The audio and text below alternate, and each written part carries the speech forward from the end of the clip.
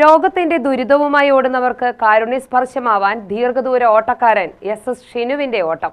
Cancer, ശരീരഭാഗങ്ങളിലെ മാരക രോഗങ്ങൾ മൂലം ദുരിതമനുഭവിക്കുന്നവർ തുടങ്ങിയവരെ സഹായിക്കാനാണ് ഓട്ടത്തിലൂടെ ലഭിക്കുന്ന തുക വിനിയോഗിക്കുന്നത്.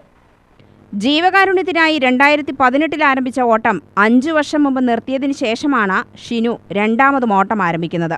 2008 ഡിസംബർ 15 ഓട്ടം ആരംഭിച്ച ഷിനു 16 ഓട്ടങ്ങൾ നടത്തിയതിനു ശേഷം കുടുംബ പ്രാരാബ്ദങ്ങളെ തുടർന്ന് നിർത്തിവെക്കുകയായിരുന്നു. കഴിഞ്ഞ 16 ഓട്ടത്തിലൂടെ ലഭിച്ച 5.5 കോടിയോളം രൂപ 340ഓളം രോഗികൾക്ക് ആശ്വാസം പകരാനായി ഉപയോഗിച്ചെന്ന് ഷിനു പറഞ്ഞു. തനിക്ക് മുമ്പിലെത്തുന്ന അപേക്ഷകൾ പരിശോധിച്ചാണ് തുക വിതരണം ചെയ്യുന്നത്. ആദ്യ ഓട്ടത്തിൽ 600 രൂപ ലഭിച്ചിടത്ത് പിന്നീട് 1.5 ലക്ഷത്തോളം ലഭിച്ച സാഹചര്യമുണ്ടായി. ഒട്ടേറെ സുമനസ്സുകൾ തനിക്കൊപ്പമുണ്ട്.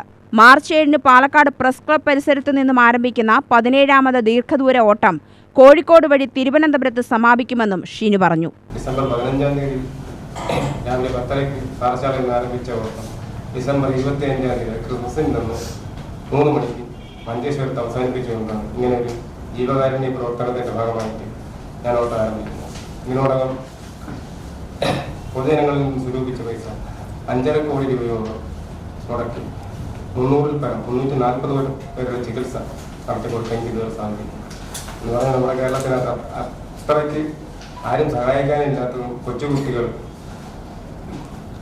ഒരു കണക്കിന് പറഞ്ഞു കഴിഞ്ഞാൽ 40 വയസ്സിൽ താഴെയുള്ള ആൾക്കാരുടെ ചികിത്സയാണ് കൂടുതലായിട്ട് നടത്തിക്കൊണ്ടിരിക്കുന്നത്.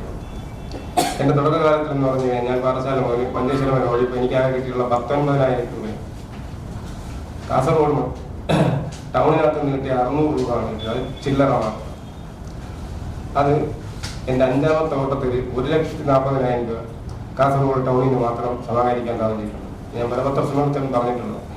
അത്രത്തോളം പിന്നെ ഒരാൾ ഫ്ലാഗ് ഓഫ് ചെയ്യാൻ പോലും വരാത്ത സമയത്താണ് ഞാൻ ഇങ്ങനെ ഓട്ടം നടന്നത്. എൻ്റെ സഹായത്തെയും പോലും അത് ഒറ്റയ്ക്ക് ഞാൻ ബക്കറ്റും കൊണ്ടുപോയിട്ടാണ് ഇങ്ങനെ ഒരു സംരംഭത്തിലേക്ക് വരുന്നത്.